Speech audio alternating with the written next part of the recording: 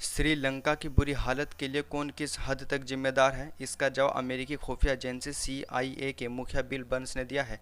Bill ने इसका ठीकरा चीन पर किए गए उस भरोसे पर फोड़ा है जिसकी वजह से इस आइलैंड कंट्री की हालत इतनी खस्ता हो गई।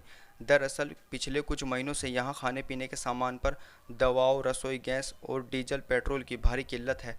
आसमान छूती महंगाई ने देश के आम आदमी की कमर तोड़ दी। बाहर से सामान आयात करने के लिए विदेशी मुद्रा की कमी होने समेत हर दिक्कत के पीछे की बड़ी वजह चीन का वो कर्ज है जिसके दलदल से श्रीलंका बाहर नहीं निकला।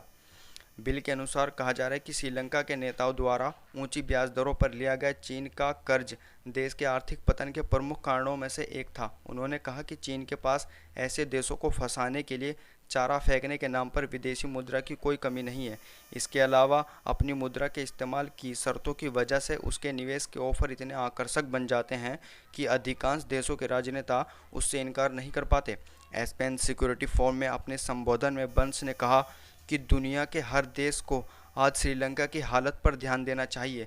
चीन का आकर्षण ऋण हासिल करने के लिए कई जगहों पर हकीकत में मूर्खतापूर्ण दावे लगाए गए और उनका नतीजा श्रीलंका के हालत के रूप में सामने आया, जहां आर्थिक और राजनीतिक दोनों जगह परिणाम बहुत विध्वंसक और विनाशकारी रहे।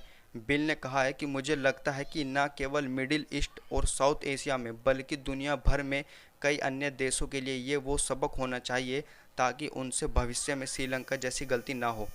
द वॉशिंगटन पोस्ट की रिपोर्ट के मुताबिक बीजिंग श्रीलंका का सबसे बड़ा लेनदार है। अमेरिकी खुफिया एजेंसी के चीफ ही नहीं बल्कि दुनिया भर के कई एक्सपर्ट का मानना है कि चीन लोन ड्रेप डिप्लोमेसी ही श्रीलंका के अभूतपूर्व आर्थिक संकट की एक प्रमुख वजह बन गई है।